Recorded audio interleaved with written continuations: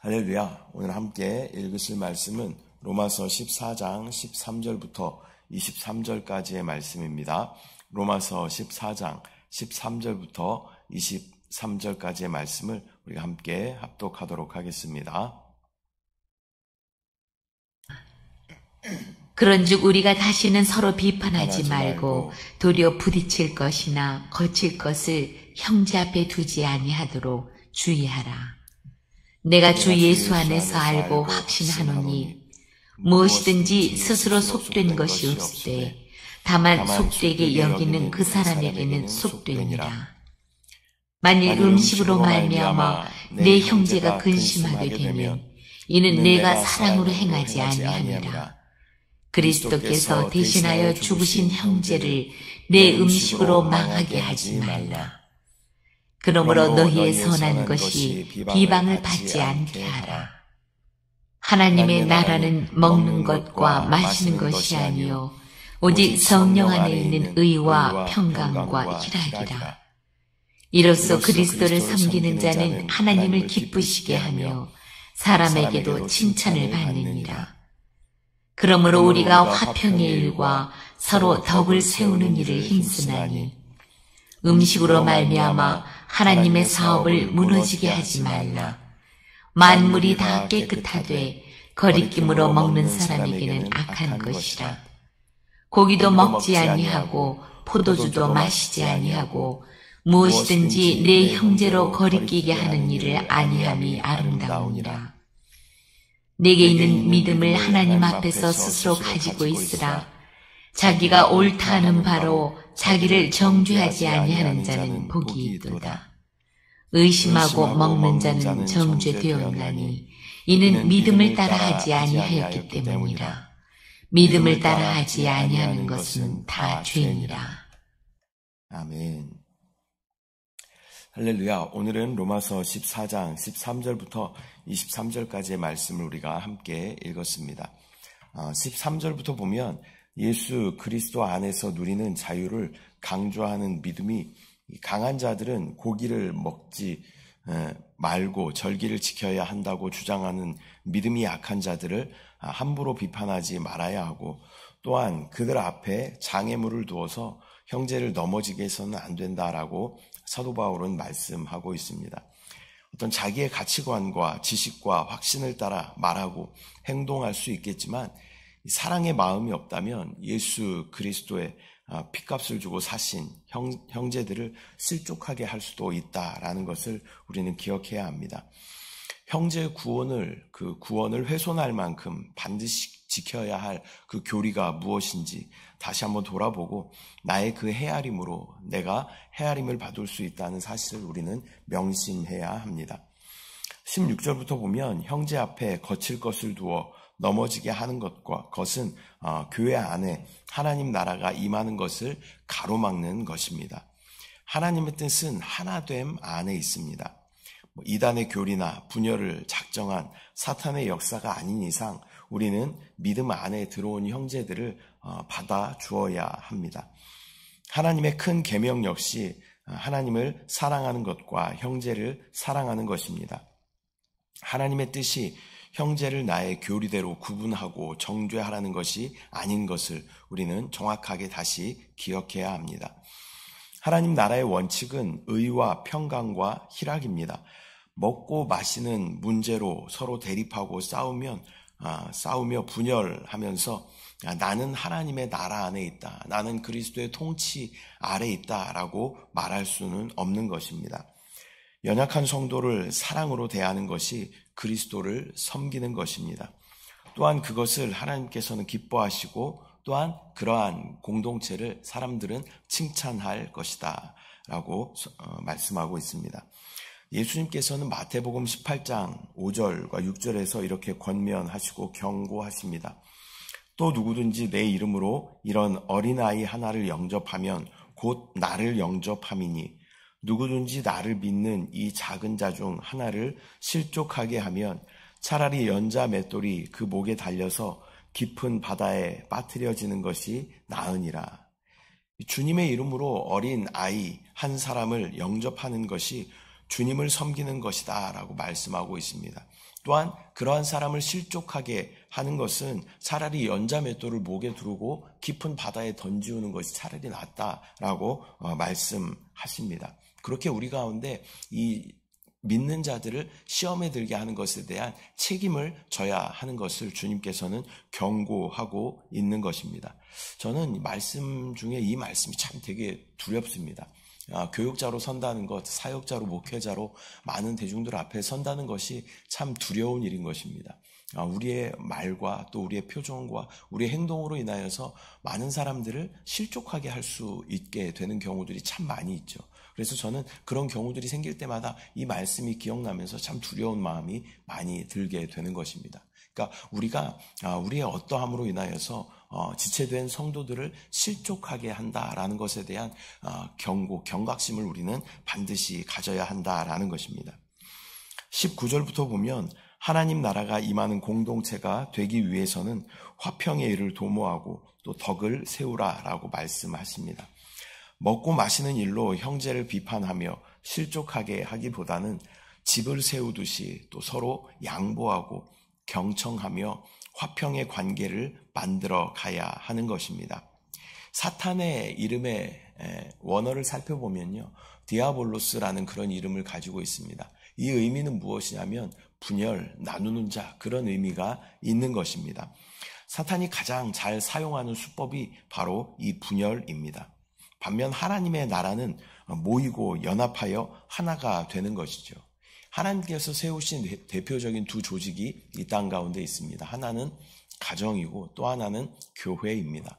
사단은 이 분열하는 자기의 계략을 가지고 이 가정을 분열시키는 것에 아주 적극적으로 열심을 냅니다. 또한 교회를 분열시키는 것에 아주 적극적으로 열심을 내는 것을 우리는 보게 됩니다. 그래서 많은 교회와 또 가정들이 이 사단의 계략 가운데 또 휩쓸리게 되는 것을 우리는 보게 되는 것입니다.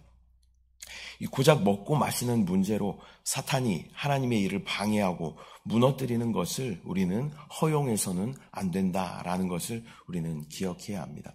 그것이 정말 구원을 받는 것에 영향을 줄 만큼 큰 어떠한 것이 아니라면 우리는 이 사도 바울의 마음처럼 마음을 넓게 열고 또 포용성을 가지고 융통성을 가지고 그들을 포용할 수 있는 그러한 넓은 마음이 우리 가운데 있어야 하는 줄 믿습니다. 21절부터 보면 하나님이 만드신 모든 것은 다 깨끗합니다. 엄격하게 말하면 믿음이 강한 자들의 말이 맞습니다. 그러나 그런 주장으로 형제를 시험에 들게 하는 것은 합당하지 않고 하나님의 뜻에도 맞지 않는 것입니다. 여러분, 우리가 맞는 것을 선택하시겠습니까? 아니면 하나님의 뜻을 선택하시겠습니까? 믿음이 연약한 자들을 먹게 만드는 것도 하나님의 뜻이 아니고 또 확신이 없고 거리낌이 있는데도 먹는 것 또한 하나님의 뜻이 아닙니다. 하나님이 허락하셨더라도 거리낌이 있으면 자기 확신과 믿음을 따라 안 먹고 안 마실 수 있는 것입니다. 그것을 가지고 이렇다 저렇다 네가 맞다 내가 틀리다 이렇게 말할 수 없는 것이죠. 가장 중요한 것은 무엇을 위하여 음식을 먹거나 안 먹었느냐는 것입니다. 주를 위하여 그것을 먹었다면 그것은 잘한 것입니다. 또한 주를 위하여 그것을 먹지 않았다면 그것 또한 잘한 것입니다. 그것이 하나님의 뜻이다라는 것입니다. 믿음이 적다거나 방종한다라고 우리가 쉽게 그렇게 평가할 수 있는 문제가 아니다라는 것을 우리는 반드시 기억해야 합니다. 하나님의 영광을 위한 결정이 아니면 아무 소용이 없습니다. 또한 형제를 사랑하는 마음으로 하지 않는 주장도 의미가 없습니다. 그러한 교회 안에는 의와 평강과 희락인 하나님의 나라가 설 수 없기 때문입니다. 그래서 우리가 모든 관점을 이 하나님의 의가 그 안에 있는가, 또 하나님의 평강이 그 안에 있는가, 또 하나님의 기쁨이 그 안에 있는가라는 것을 우리는 바라봐야 합니다. 그것이 있는 곳이 하나님의 나라다라는 것입니다. 반대로 말하면 그것이 없으면 그곳은 하나님의 나라가 아니다라는 것을 우리는 반드시 기억해야 합니다. 우리 가정에도 동일하게 적용할 수 있는 것이죠. 그 가정 안에 하나님의 의가 있는가, 하나님의 평강이 있는가, 하나님의 기쁨이 있는가, 그것이 없다면 그 가정은 하나님의 나라가 아니다라는 것을 우리는 기억해야 합니다. 그래서 우리 가정을 다시 한번 돌아봐야 합니다. 우리 교회를 다시 한번 돌아봐야 합니다. 우리 교회 안에, 우리 가정 안에 하나님의 의가 있는가, 하나님의 평강이 있는가, 하나님의 기쁨이 있는가라는 것을 돌아보고 우리 가정 안에 하나님의 나라가, 우리 교회 안에 하나님의 나라가 온전히 세워질 수 있도록 우리가 옳고 그름이 아니라 생명적인 관점으로 접근하며 또 형제와 또 우리 가정의 자녀들을 시험에 들지 않게 하는 것이 또 하나님의 뜻이다라는 것을 우리는 기억해야 할 줄 믿습니다. 오늘은 로마서 14장 13절부터 23절까지의 말씀을 함께 나누었습니다. 믿음이 있는 사람들은 믿음이 약한 사람들을 비판하지 말아야 함을 말씀드렸습니다. 또한 형제 앞에 거친 것을 두어서 걸려 넘어지게 하여 시험에 들게 하는 사람들을 하나님께서는 강력하게 심판하실 것을 말씀드렸습니다. 하나님의 나라는 의와 평강과 희락의 나라입니다. 하나님만이 의이시죠. 또 나의 의가 아니라 하나님의 의의 관점을 우리는 가져야 합니다. 나의 기준이 아니라 하나님의 기준을 우리가 가져야 한다라는 것입니다.